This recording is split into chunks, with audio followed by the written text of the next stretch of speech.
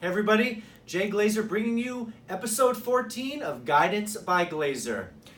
It is spring, it is May, things are booming, things are happening, and we want to bring you some great value, some great information, and help you with your real estate needs at all times. Thank you for tuning in, and today we're going to talk about a very interesting topic, and one with the shifting paradigm that is the real estate market, one that's really topical and very close to home. And why is it close to home? Because it's actually my personal experience trying to buy a home this past week.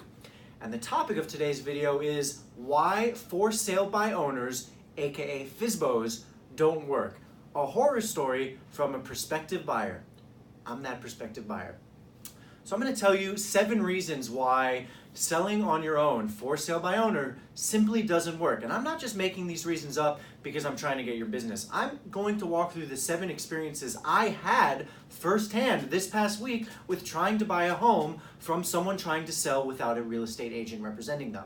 So first and foremost, the first thing I noticed was that the marketing was very poor. Now, as a professional real estate agent and as someone who sees property all day long, every day, I have the ability to kind of filter out and filter through potentially bad marketing to see the qualities of a home that other people might not. But the reality is, if you look at the listing that I was trying to purchase, these were handheld camera photos, they weren't professionally done, they didn't show off the space, they made the space look older, uglier, darker, and smaller than it actually was. But I could kind of tell, because of what I do, that this was a special home, and therefore I took the time to set up an appointment to see it. But I guarantee you, with that first experience being online, that somewhere in the ballpark of, call it 25 to 50% of the people said, this is a crappy apartment, I don't want to see it. So first and foremost, the marketing was poor. Now, a lot of agents say that when they're trying to get a for sale by owner listing, and the reality is, it can be very true. This is a perfect example of that. The second thing I noticed immediately after visiting the home, the pricing was off. In reality, one of the reasons I wanted to buy the home, and one of the reasons I'm still interested in buying the home, is I think it's really well priced. And well priced in this instance doesn't mean that it's a great deal for the seller. What it means is the seller doesn't really understand the value of their home. They didn't do a proper comparative market analysis or a comps report to really assess the value. They underutilized the outdoor space that they have in the home, they underutilized the interior square footage, and they frankly just aren't showing off the space to prove the value of the home at a potentially higher price. So they're sitting there concerned with paying a broker's commission, but the reality is, if they hired someone like me to sell their home, I don't think the fee would be an issue at all, because I'd get them more money than they're even asking. That I can pretty much guarantee, because it's a remarkable home, and that's the reason why, as someone who sees homes all day, I actually wanted to buy it. So the second issue is the pricing was off. But getting really into the meat and potatoes of why a for sale by owner simply just doesn't work is steps 3 through 7. So steps 3 through 7 are that step 3, the process was completely mishandled. I went into the home, I was the first person in, and I told the owner I was ready to make an offer. So I did that. That day, I presented myself as a qualified buyer with my financing pre-approval letter from the bank, with my financial statement, and the reason why I thought I was a good candidate for the home. Now, if I were representing the owner, knowing that I'm a fresh sale on the market and I could potentially have multiple people interested in the home, I would have encouraged that person to defer their offer until later in the week, or even after our first weekend open house, and then present the offer the following Monday. And if they did insist on presenting the offer like I did during that first week of being on the market, I would have told them that we're not responding to all offers until after our first cycle of people. This owner didn't do that, so I thought it was to my advantage, but what happened is he accepted my offer and then proceeded to backtrack immediately. So the process was completely bumbled, jumbled, and rumbled, or whatever the word is. He just mishandled it. Right? He accepted my offer and then backtracked, which is what every buyer that we work with wants to avoid, because we don't trust the other side. So this owner is not necessarily a bad guy. He just didn't know what he was doing. He mishandled the process and then called me and told me he can no longer accept my offer. It's essentially the kiss of death and what the last thing everybody wants to hear. And I'm a professional who hears this on behalf of my clients regularly, and I was dealt the same information that you would be as well, because this person didn't know how to handle his business. The second point, or point number 4 in this context, is that he didn't have a proper timeline prepared. So as I said, I would have deferred offers until after that first open house. This person just proceeded to jump the timeline, accept my offer, and then start backtracking after the fact. He didn't really have a very concrete and specific timeline how he's going to handle interest, how he's going to handle showings, how he's going to handle responding to offers. And if he had a proper timeline and he had a proper program in place, I think it would have been a much smoother transaction, both for him, myself, and potentially whoever the buyer is going to be. Now, I still stand a chance to get the apartment, but it's a really backward, upside-down process at this point, and I'm not very optimistic, regardless of the fact that there's still an opportunity.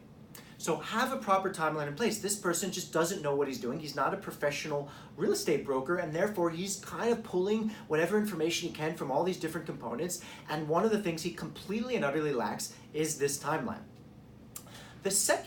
The third issue, I should say, or point number 5, is that he doesn't know how to qualify offers. Now, I presented myself as an overwhelmingly qualified applicant for this home.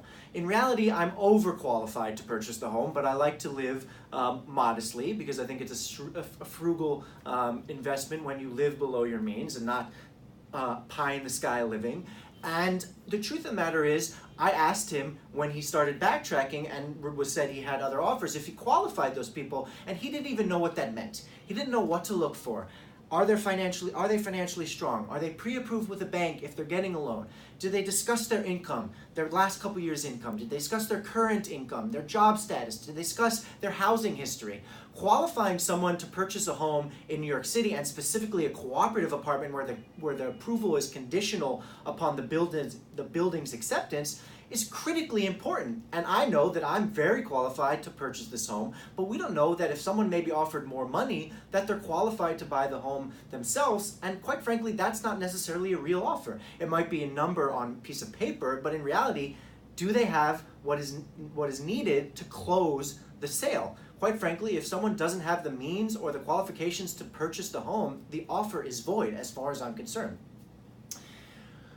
And additionally, he didn't know what to do after accepting my offer. So even though he actually accepted my offer this past week, in reality, the next steps were completely mishandled. Now, if you're working with a professional like us and a professional with the listing and the two brokers are working together, everybody knows that once you accept the offer verbally, you send out what's called the deal sheet or the purchase information summary. It's essentially all of the information, all of the buyer's information, all of the seller's information, attorney, and the property manager. It's all in one place, and the terms of the sale, and then it gets filtered out to the attorneys handling the paperwork. The reality is we didn't even get that information out there. I was lucky enough to know the attorney that he chose to represent him, and I was able to provide certain information to that attorney because there was no deal sheet, so I was dealing in this very loosey-goosey sort of way. Again, fine for the purposes of trying to maybe just do it on your own, but completely mishandled when it comes to having a smooth and properly conducted transaction, because I would have liked there to have been a deal sheet, because at least there would have been continued momentum and we would have been moving the ball forward.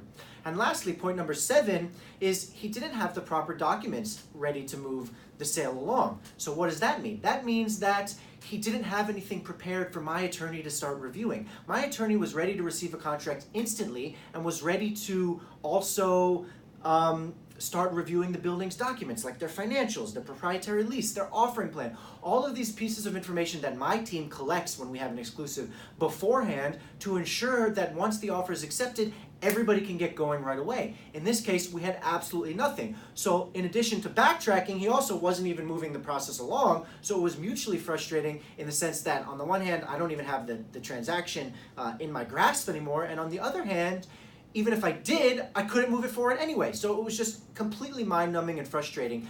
Now, everybody, of course, who I told that it was potentially falling apart was like, oh, this might not be, this stinks. It's unfortunate that it's happening. The reality is we deal with these issues all the time. But when you have two brokers handling the transaction in a smooth way, we can usually find workarounds from the potential mistakes that our buyers and sellers make. We are there to be the conduits of proper business transacting. So it remains to be seen what's going to actually happen with my potential purchase of this home. I should find out later today. Having said that, I did want to share with you these 7 experiences I had when it came to dealing with this for sale by owner.